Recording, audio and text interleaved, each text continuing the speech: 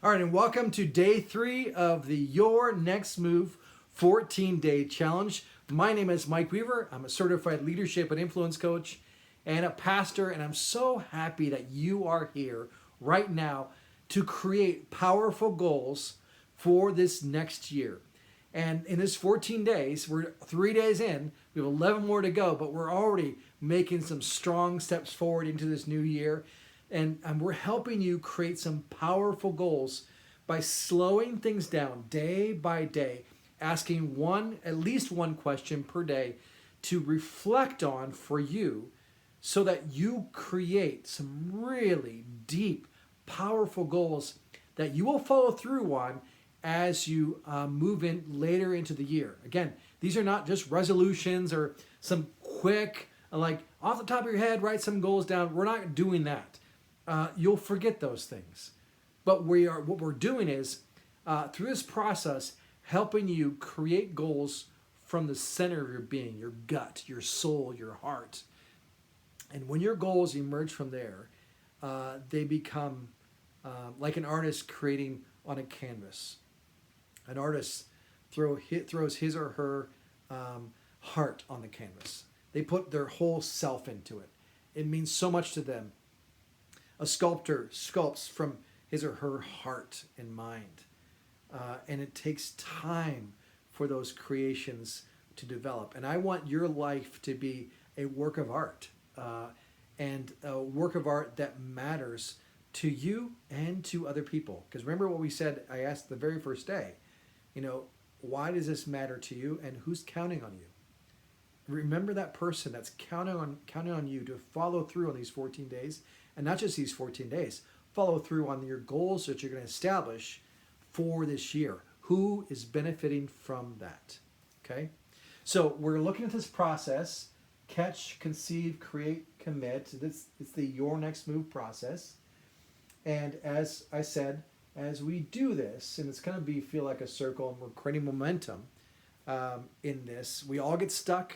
We all sometimes lose momentum, uncertainty, anxiety, fear, whatever gets in the way, and we feel stuck. But the next move is there. We just got to get the momentum back.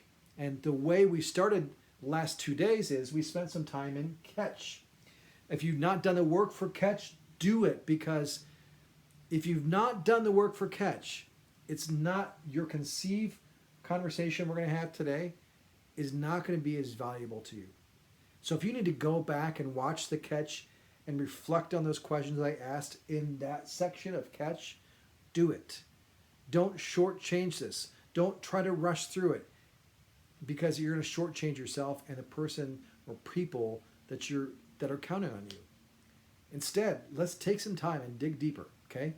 So, catch, and what we talked about was, what are those big fish? What's a value that what impressed you? What piece of advice or wisdom you gained, insights, what rose to the surface for you in this past year, even though it was difficult? What positive experience do you take forward? And like I said, we talked about like how that fish becomes a meal for us and for other people. It creates a conversation piece for other people.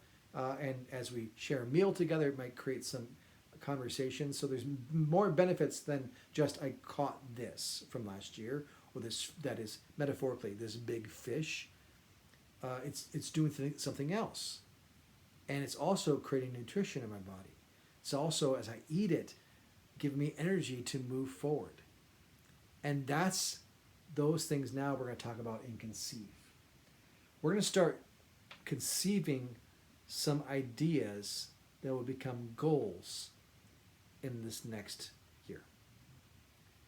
These ideas will turn into some concrete goals when we get to the create portion of this time together.